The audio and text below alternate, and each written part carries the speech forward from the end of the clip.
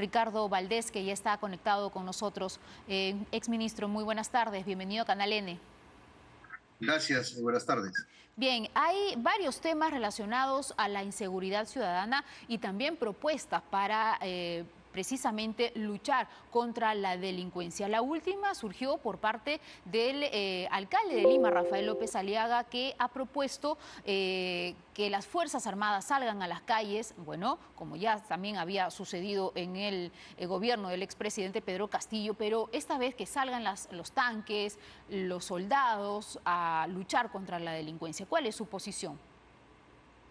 Creo que lo primero que hay que advertirle a la ciudadanía es que tanto las Fuerzas Armadas como la Policía Nacional y como los serenos tienen normas, leyes, en algunos casos también restricciones constitucionales.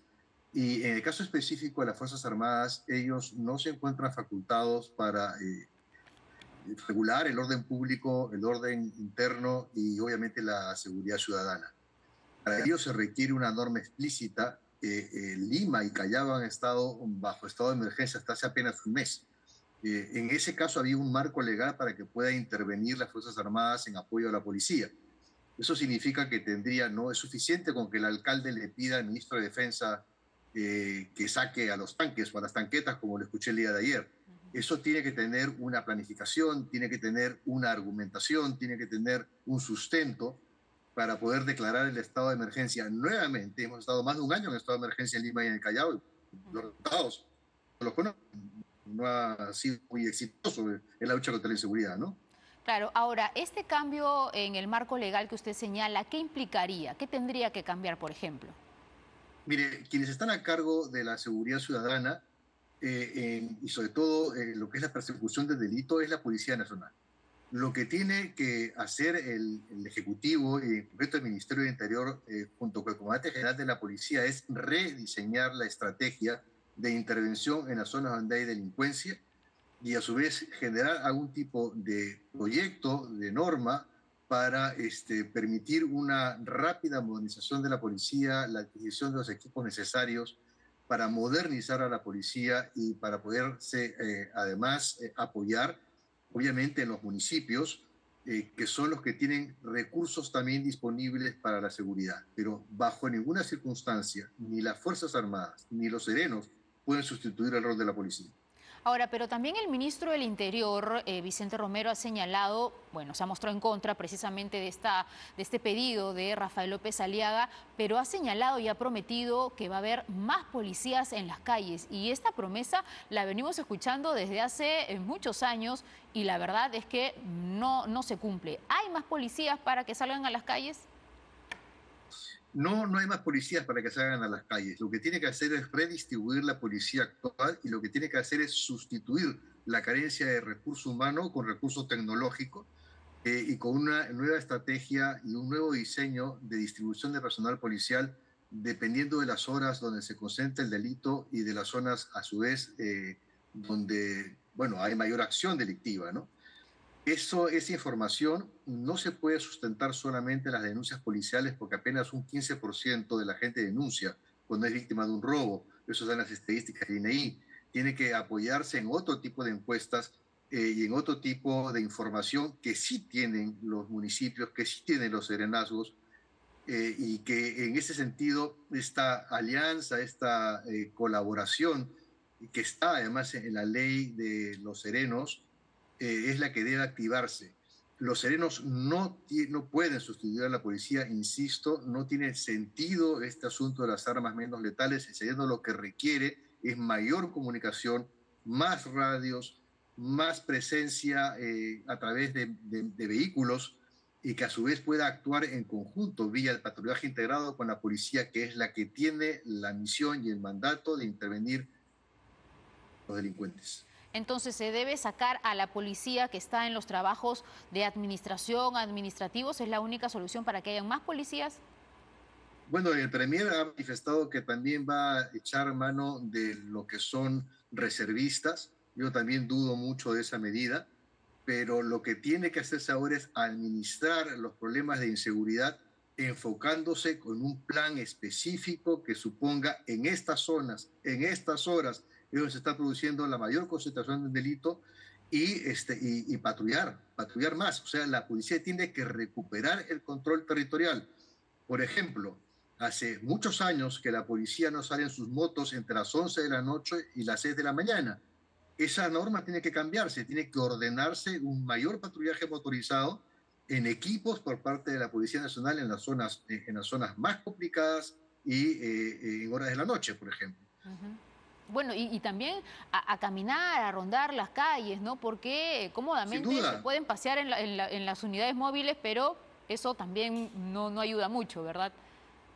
tiene que verse la presencia policial. Hay aquí un problema que se heredó de repente de la situación del COVID.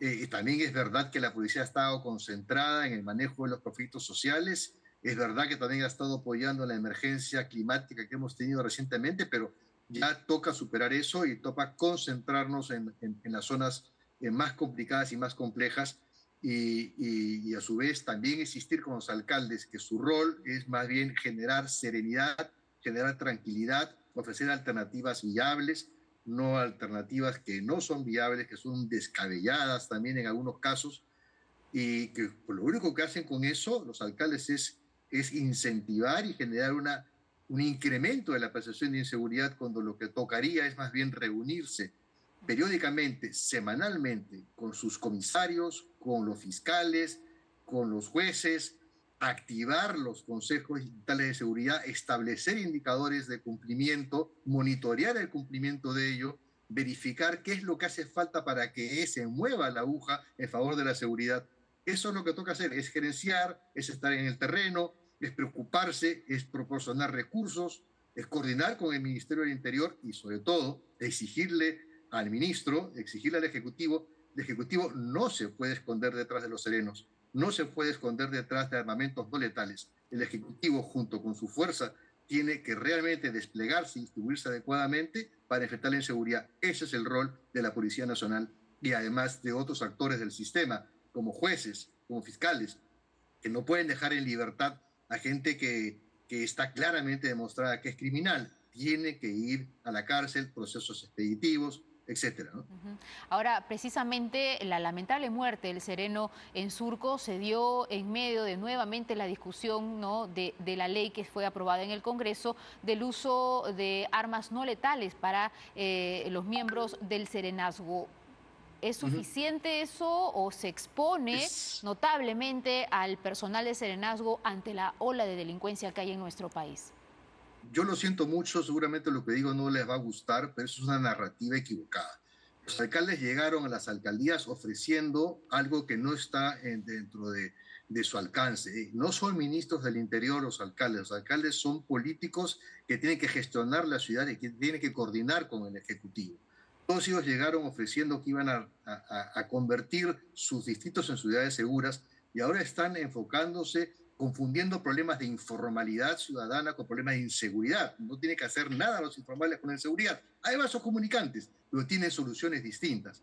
El armamento no letal, si empezamos a decirles a los serenos que tienen indicadores de intervención, que tienen que a su vez detener o intervenir en asaltos, que tienen que enfrentarse a la delincuencia, eso es hacerlos correr riesgos inútiles. Eso es una narrativa que está equivocada. El sereno es preventivo.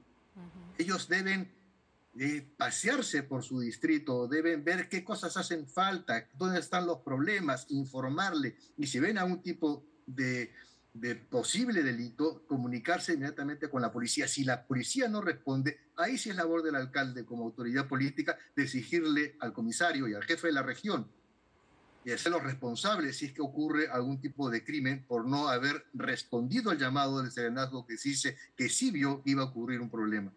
Eso es lo que toca hacer.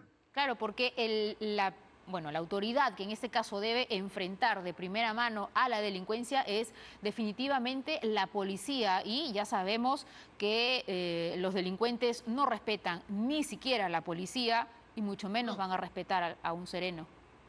hay que cambiar el diseño, ya lo dije desde un principio, y en eso debería estar trabajando el Ministerio del Interior junto con la Policía Nacional, y por supuesto también hay que hacerlo desde el Sistema Nacional de Seguridad Ciudadana, desde la Presidencia de la República en el CONASEC, para que realmente se evalúen y se establezcan indicadores. No hay indicadores que tienen que ser cumplidos. Si existieran indicadores, si todos estuviésemos conscientes de que se está midiendo y se está evaluando cómo se está enfrentando el crimen, tendríamos otro nivel de seguridad y la percepción de inseguridad bajaría y tendríamos menos temor de salir a la calle porque estaríamos conscientes de que sí hay gente que está gestionando la seguridad. Ahora sabemos que no está ocurriendo eso, no se están reuniendo, no hay indicadores de cumplimiento y por supuesto las cosas andan como a la deriva. Y eso es lo que pasa, porque entonces frente a la deriva empiezan las salidas como saquemos a los que limpian parabrisas, saquemos las tanquetas, démosle gas pimienta. ¿Cómo va a enfrentar a una persona armada con gas pimienta con una vara? No, lo que tiene que hacer es dele un radio, dele una moto, colabore con su comisaría, dele más herramientas a la comisaría y a la policía. Esa base, usando la inteligencia que también puede producir el serenazgo, intervenir, golpear, anticiparse a los problemas. Eso es lo que corresponde. Los alcaldes deben también de cambiar su esquema, deben ya olvidarse, ya no son candidatos, son alcaldes, les toca gestionar. Así es, efectivamente, y así se va a exponer menos al personal de serenazgo. Señor Valdés, Exacto. también hay otros temas que competen también al sector el interior. Por ejemplo, en Puno, ya en menos de 15 días se han registrado 2 violaciones. La primera, lamentablemente, terminó con la vida de una enfermera y la segunda se ha reportado hace unos días la violación a una mujer por parte de 3 suboficiales en la comisaría de Macusani en Puno. ¿Cuál sería su opinión con lo que está sucediendo en esta región y a nivel nacional, en realidad? Y mire, estamos frente a un tema mucho mayor que tiene que hacer con, campos mucho más grandes. Tiene que hacer con la educación, tiene que hacer con la perspectiva de género en toda la actuación de los operadores de justicia, no solamente de la policía, de los jueces, de los fiscales, etcétera. Aquí lo que tenemos que mirar con, digamos, frialdad, es lo que está ocurriendo también a nivel de las autoridades. No es posible que la Policía Nacional se encuentre involucrada en actos de violación. No es posible que funcionarios públicos relacionados con el sector salud se encuentren involucrados en actos como violación. No es posible que maestros, que también han sido reportados, muchos de ellos en situaciones de abuso sexual. Entonces, lo que tenemos que preguntarnos es qué está ocurriendo con la estructura social, con la estructura ética de los funcionarios públicos.